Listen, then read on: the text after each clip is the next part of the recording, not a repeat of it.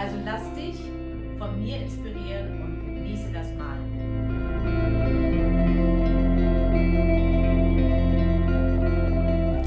Hallo, heute möchte ich euch nochmal eine Variante meiner Folientechnik zeigen. Ich habe eine schöne Farbkombination mir überlegt und wie das alles geht, das zeige ich euch jetzt und wir fangen erstmal an und nehmen unsere eingepackte Leinwand. Ich nutze die Folie immer so als besonderen Effekt, weil die Farbe sich natürlich auf einer Folie anders verhält als direkt auf der Leinwand. Die Farbschicht, die wir hinterher dadurch haben, die ist auch glänzend, das finde ich auch nochmal schön und deswegen gehe ich einmal für eine Schicht des Bildes den Umweg über die Folie, um da einfach ein bisschen mehr Spannung in so ein Bild zu bekommen. Ich habe mir für den Start erstmal ein Türkis und ein Weiß genommen und werde jetzt mal diesen Spachtel wieder benutzen. Ich nehme direkt zwei Farben, also Weiß und das Türkis, auf den Spachtel und lege mir hier, mit einer dünnen Farbschicht, den Spachtel dann flach halten und ziehe so ein bisschen die Farbe auf die Leinwand. Ich gehe so ganz flach, ich möchte so ein hellblau Türkis haben. Alles, was ohne Farbe ist, hinterher, da kommt dann die Farbfläche der Leinwand durch. Also das heißt, ruhig ein paar Fenster lassen. Das sieht dann hinterher super aus. Hier entstehen so ganz tolle Effekte. Das werde ich nämlich lassen. Das sieht nämlich sehr cool aus.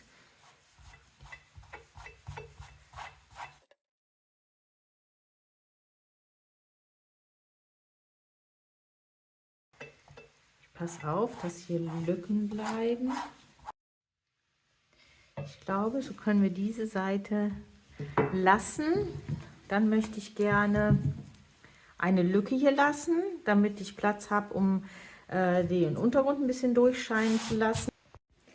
So, ich habe mir den Spachtel jetzt ein bisschen abgewischt, das reicht eigentlich, und habe mir ein warmes Grau genommen und Weiß, habe das schon mal so ein bisschen hier auf der Palette. Das nehme ich jetzt auf den Spachtel. Es soll so eine ganz, ganz hellgraue Fläche werden, nicht zu grau, weil das hinter den Himmel so ein bisschen suggerieren soll, und dann wäre es schön, wenn es nicht zu dunkel ist. Also das ist perfekt hier, dieser Grauton, also schön weiß mit reinmischen.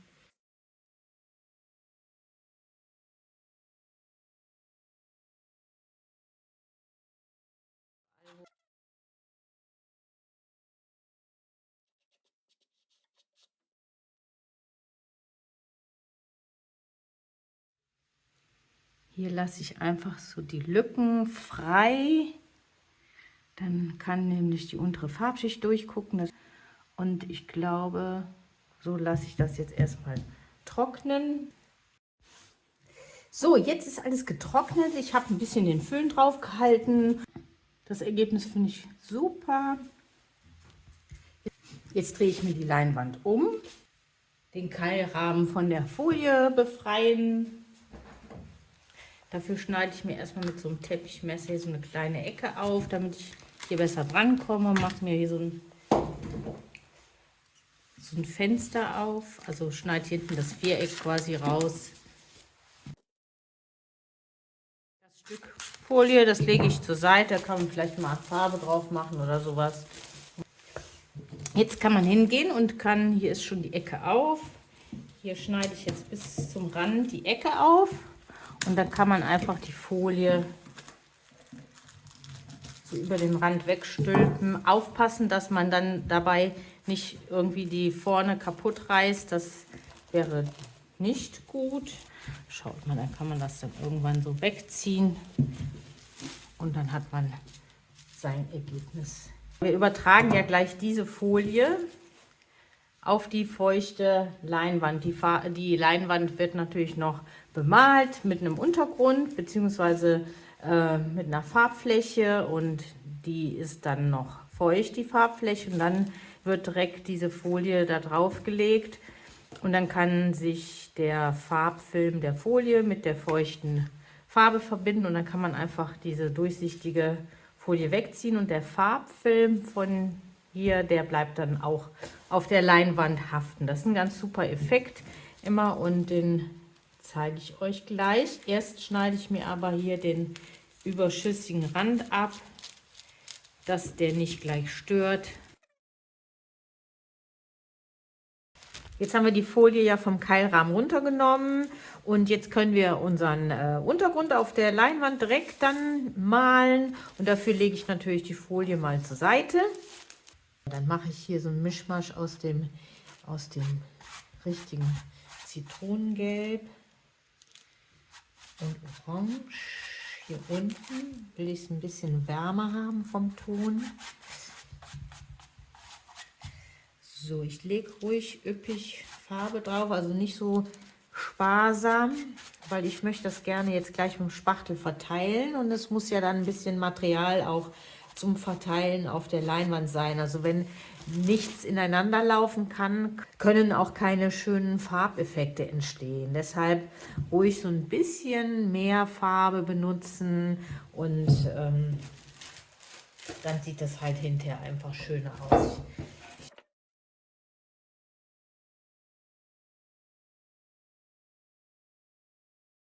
Jetzt gehe ich hin und werde mit der dünnen Karte das einfach mal hier so durchziehen. So, schaut mal, dann kommen so schöne Farbverläufe. So, nehme ich noch mal ein bisschen hell dazu, dann kann ich auch ein paar Effekte gezielt steuern. Jetzt haben wir hier, also eigentlich sind wir fertig hier unten, weil ich finde so hell-dunkel Verläufe sind alle da. Und so lasse ich das jetzt. So, ich nehme mir einen frischen Pinsel, weil ich möchte hier oben wirklich das Gelb ganz pur haben. Ich lasse die Mitte wieder frei, weil da möchte ich gern einen Mischmasch haben aus Orange und Gelb. So, ruhig auch wieder. Hier brauchen keine Farbverläufe entstehen. Hier soll es einfach nur gelb sein.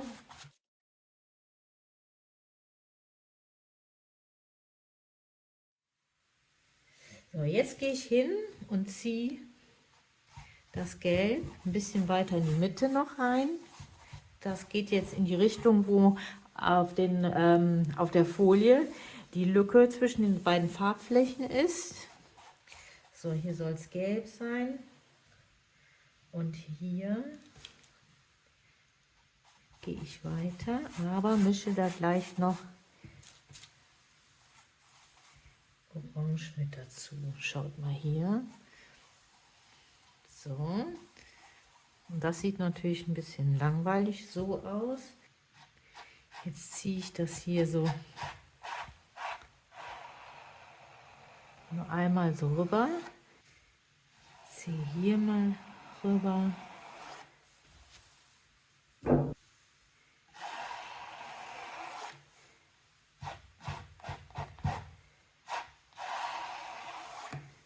Jetzt, das ist wichtig. Also man muss diese Fläche jetzt relativ schnell weiterarbeiten, also nicht jetzt so lange warten.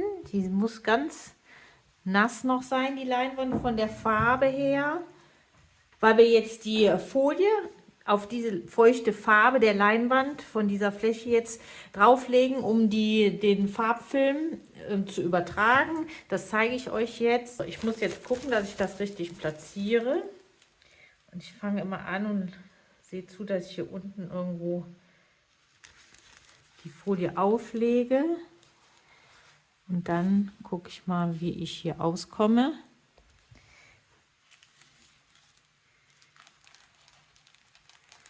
So, ich kann das jetzt noch im nassen Zustand noch mal kurz anheben. Wenn die länger drauf ist, geht das nicht mehr, weil dann schon die ersten Farbflächen kleben bleiben würden.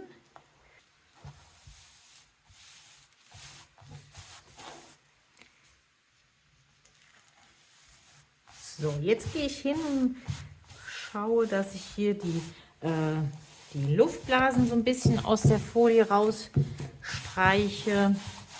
Und schaut mal, das ist so ein bisschen hier dieses, dass ich gesagt hatte, diesen Übergang, den ich haben wollte, so ins Gelb, wo hier so ein bisschen Orange durchscheint. Das ist sehr gut geworden, das gefällt mir super. Wie gesagt, jetzt streife ich so Luft raus, nämlich da überall, wo so eine Luftblase ist, würde jetzt die Farbe von der Folie nicht auf der Leinwand haften und dann haben wir da einen Fleck. Wäre jetzt auch nicht dramatisch, einfach versuchen, dass wir so wenig Luftblasen wie möglich haben. Und dann muss dieses Ganze über Nacht trocknen, also es muss nicht über Nacht sein, aber es muss halt mehrere Stunden oder einige Stunden trocknen, also mindestens 8, 9, 10 Stunden locker, weil man kann das ja nicht föhnen, da ist ja die Folie drauf, Föhn drauf halten wäre ja Quatsch, also das muss halt irgendwie über die Leinwand so trocknen, das dauert natürlich sehr lange. Umso länger man wartet, wenn man ungeduldig wird und das nach ein paar Stündchen schon versucht abzuziehen, dann bleibt die Hälfte kleben, die Hälfte nicht. Das wäre schade. Also wie gesagt, wirklich Geduld haben, einfach über Nacht trocknen lassen. So, es ist jetzt alles über Nacht getrocknet. Jetzt können wir die Farbfläche von der Klarsichtfolie befreien, indem wir hier ganz vorsichtig an einem Eckchen anfangen und gucken, dass es festklebt. Das sieht ganz gut aus. Hier sind so ein paar Stellen, die gehen ab. Das ist aber nicht so dramatisch. Das gibt auch noch mal wieder einen schönen Effekt, seht ihr. Wir können jetzt hier ganz einfach wunderbar diese Folie abziehen.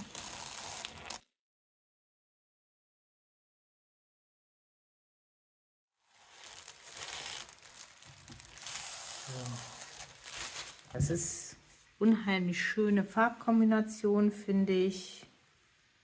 Sieht super aus.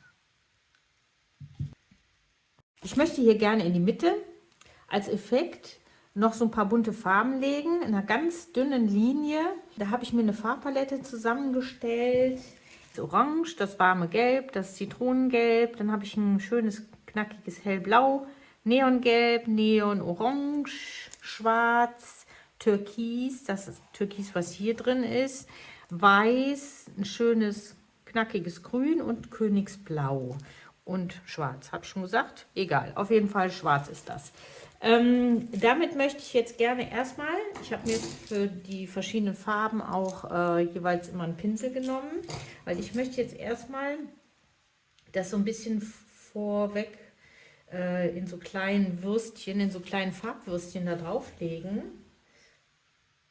Ich fange einfach mal an hier mit dem Hellblau. Schaut mal hier nur so. Ganz wenig. Gar keinen festen Streifen, sondern einfach nur so ein bisschen so eine Wurst dahin machen. Das verteile ich dann so auf die ganze Höhe hier. Ungefähr. So, dann nehme ich die nächste Farbe.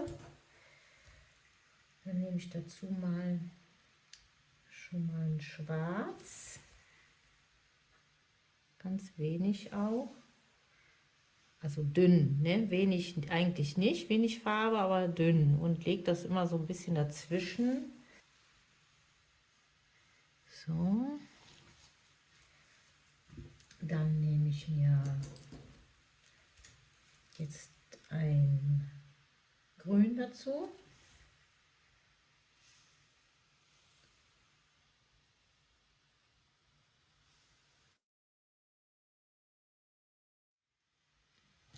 So, schaut mal, ich lege immer so Farbwürstchen dahin.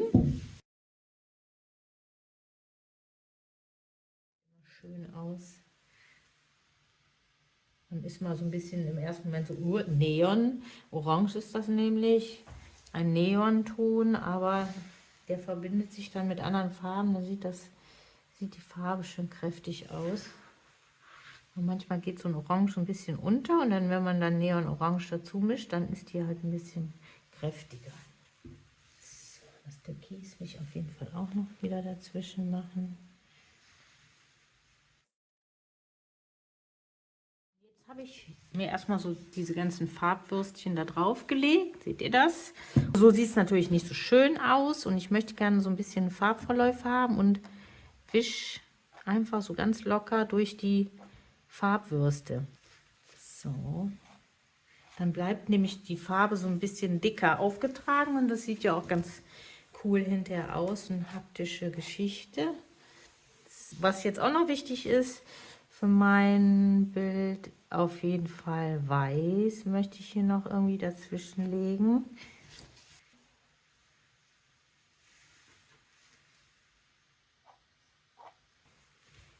Kann ruhig so ein dicker Farbwulst werden, da in der Mitte. Sieht natürlich dann auch hinterher spannend aus. Ein bisschen Neon-Orange habe ich hier jetzt noch drauf gelegt. Das finde ich immer ganz spannend. Ich will es nicht so, genau, kann man immer mit der Kartenecke nochmal durchkratzen. So, ich nehme weiße Farbe auf die Kartenecke hier und ziehe hier unten so ein bisschen weiß ins Bild rein. Das gefällt mir sehr gut.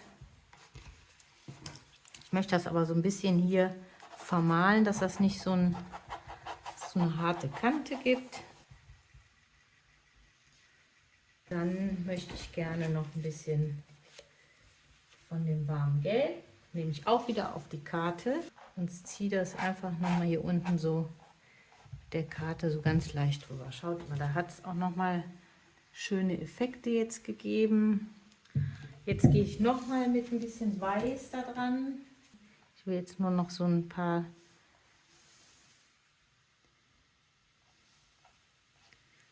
leichte Akzente hier reinsetzen.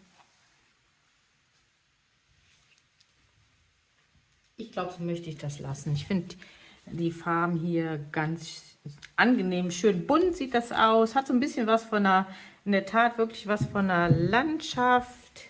Ich gehe noch mal hier ein bisschen mit Weiß dazu. Kratzt das so ein bisschen. Also einfach ein bisschen ausprobieren. Ne? Ihr seht ja, man kann ja da ein bisschen experimentieren. Das mache ich auch immer, ein bisschen Bauch entscheiden lassen und einfach ausprobieren. So, schaut mal, das finde ich jetzt ganz gut gelungen. Es sind so, wie gesagt, diese Farbwürstchen, die sind so ein bisschen dicker. Das sieht halt toll aus. Hier mit dem Türkis und dem Orange die Verbindung.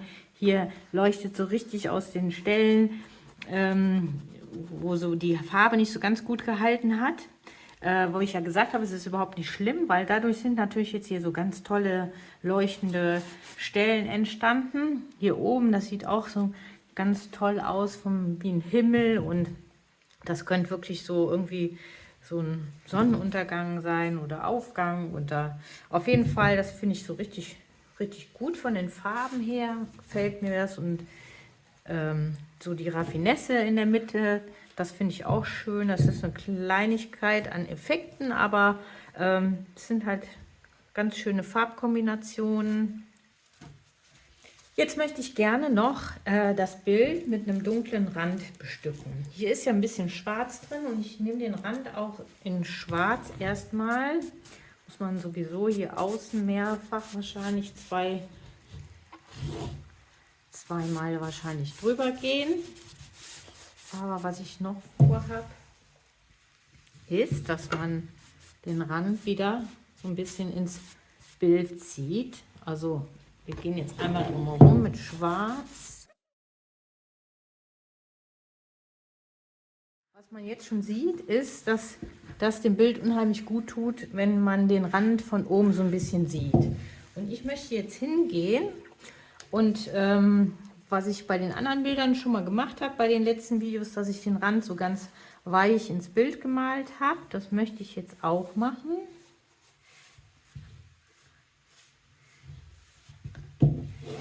So. Einfach so ein bisschen mit dem Schwamm hier rein.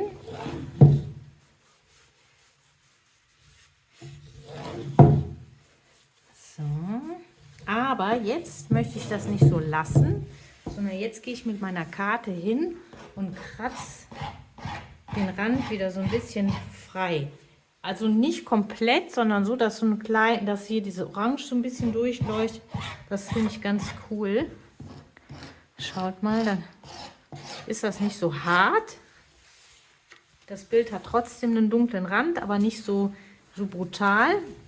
So, schaut mal, ich hoffe, das kann man ganz gut hier sehen, wie das aussieht.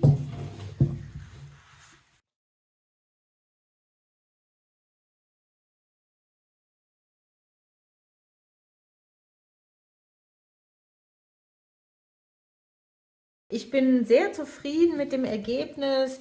Ich finde es eine ganz tolle Farbkombination. Mir gefällt das hier in der Mitte, diese kleinen netten Effekte mit den Farbwürstchen, den verschiedenen bunten. Ich finde, das Bild ist ein ganz frisches, schöne Farbkombination und ja, einfach irgendwie so ein bisschen, was auch die Fantasie anregt, könnte so ein bisschen was wie eine Landschaft sein. Das finde ich immer ganz spannend.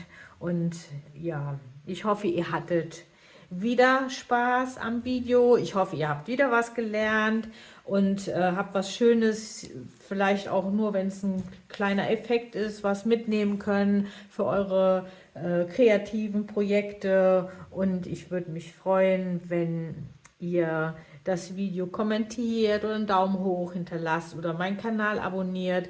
Da freue ich mich total drüber und vielen, vielen Dank für euren Support und euer Interesse an meinem Kanal. Und ich freue mich schon auf unser nächstes Bild und unsere nächsten Tricks und Kniffe und Effekte, die ich euch zeigen werde.